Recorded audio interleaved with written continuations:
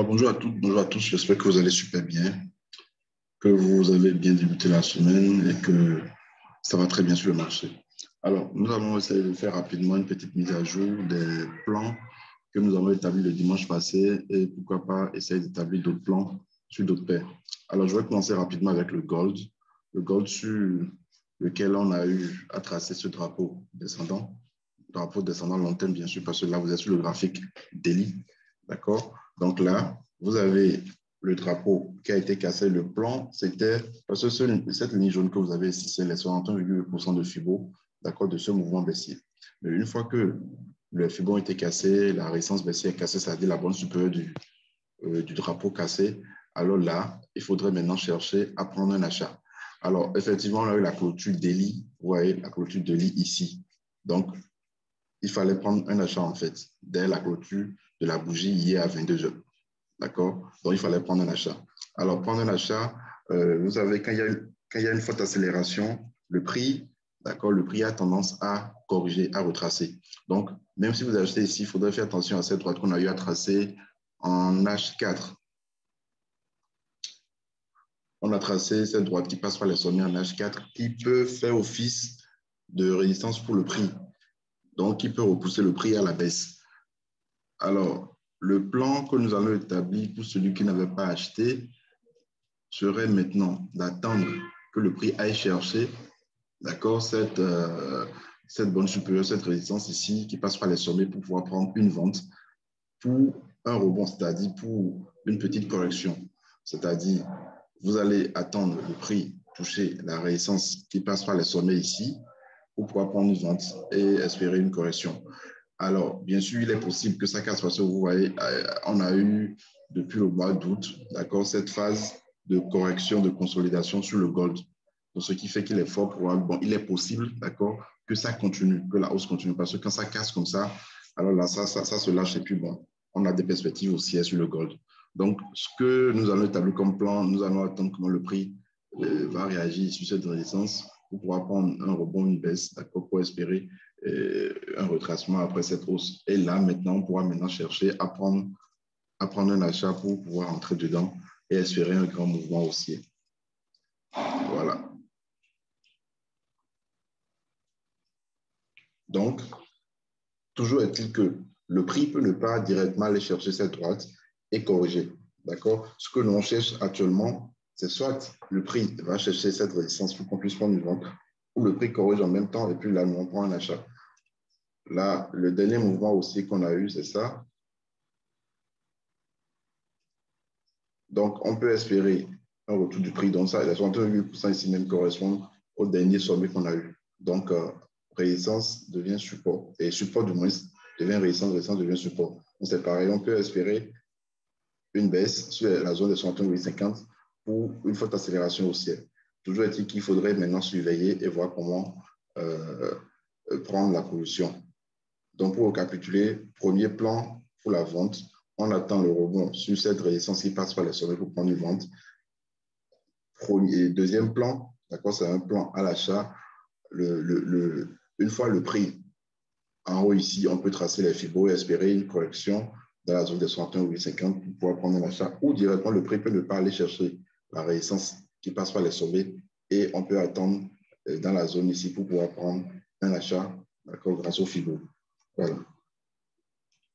Donc, c'est vraiment un plan qu'il faudrait surveiller. Alors, AUD-USD, on est toujours dans la position. Si vous vous rappelez, on a parlé de ça le dimanche passé. Et j'avais même envoyé des plans, des positions qu'on a eu à prendre. D'accord, on a pris une position ici. En fait, vu que le dernier mouvement, c'est ça, et que ça a cassé les 68%, puis c'est venu sur le support aussi, ça faisait semblant de casser, en fait, on a eu à tracer les fibos. Donc, on parle de ça, on parle de comment utiliser les fibos, de comment manipuler ça au cours de notre formation. Donc, si vous êtes intéressé, vous pouvez directement nous contacter via le numéro que vous avez en dessous de la vidéo. Voilà. Donc, vous avez les fibos qu'on a tracés. Donc, vous avez deux raisons pour acheter support haussier, rebond sur support haussier, rebond sur 50%, parce que ça a laissé des mèches, en fait. Donc, très bon pour l'entrée à l'achat. On a pris l'achat ici. Hier, on a renforcé. Je vais vous le montrer en H1. L'achat a été renforcé sur les 50% ici. En fait, c'est une deuxième chance pour celui qui n'avait pas acheté ici, en fait. Donc, on a eu une deuxième chance ici à l'achat pour une accélération, la continuation de la hausse, en fait. Donc là, bon, c'est parti déjà, c'est parti. Une fois que vous ratez un mouvement, ne cherchez plus à rentrer dedans. Ça peut partir et corriger encore, c'est possible.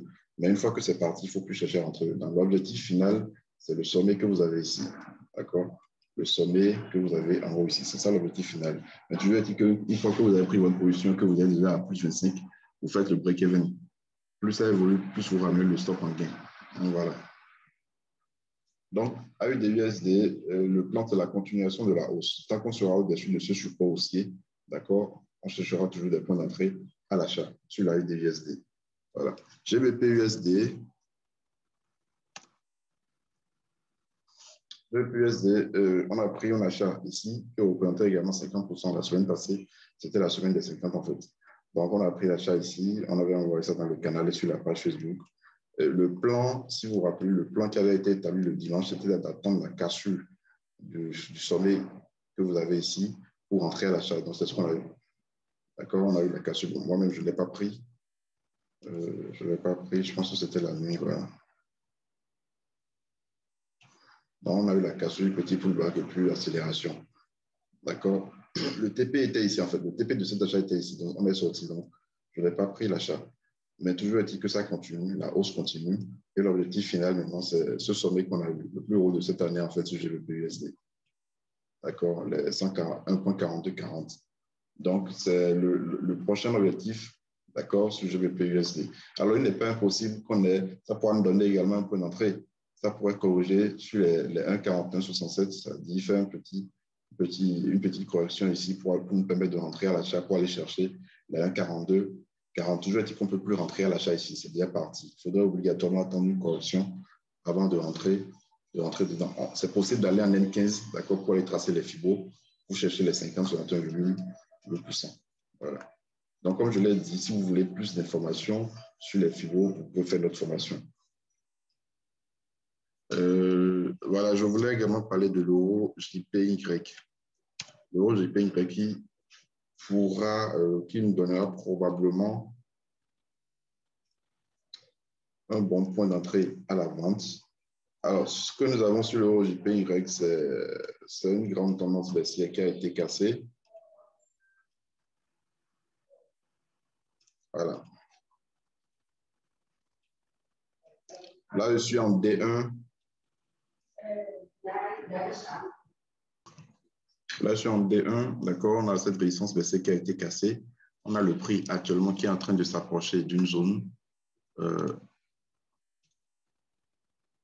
de résistance.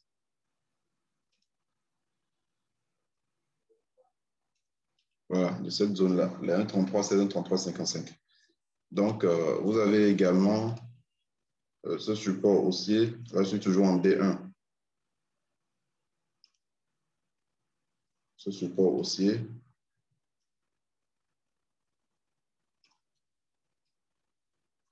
Je passe en H4.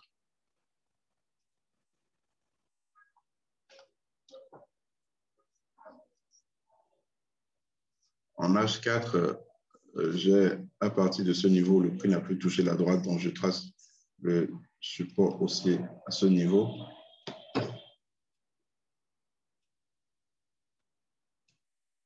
Voilà.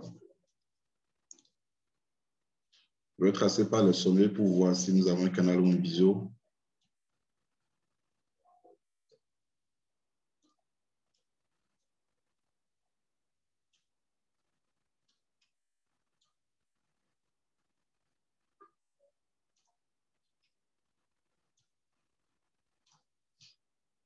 Alors, donc, c'est un semblant de biseau parce que, bon, ici, vous avez vu, ça, c'est un peu renfermé. Donc, le plan c'est quoi? Le plan, c'est d'attendre le prix dans la zone jaune ici. D'accord, pour pouvoir prendre, je vais voir.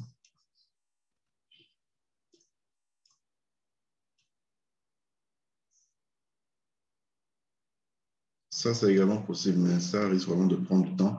Mais c'est toujours dit que cette zone ne sera pas cassée comme ça d'un seul coup. Donc, on va d'abord tracer avec cette zone.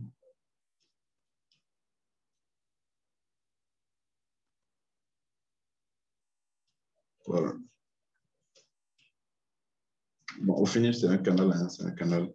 Donc, nous allons attendre, d'accord, le rebond dans la zone 133, 133, 733, 55 pour pouvoir prendre une vente avec un stop, bien sûr, dessus de cette zone-là pour espérer un retour des prix sur la borne inférieure, d'accord, pour la continuation du mouvement haussier. Donc, voilà. Donc, c'est un plan qu'il faudrait surveiller et il est fort pour voir qu'on aille chercher cette zone dans la journée. D'accord. C'est même possible de placer un sell limite dans la zone.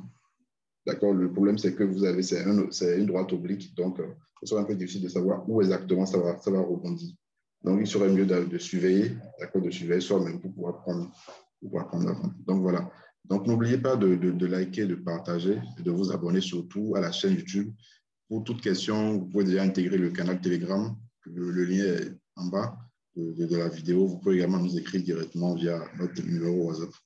Excellente journée de trading à toutes et à tous.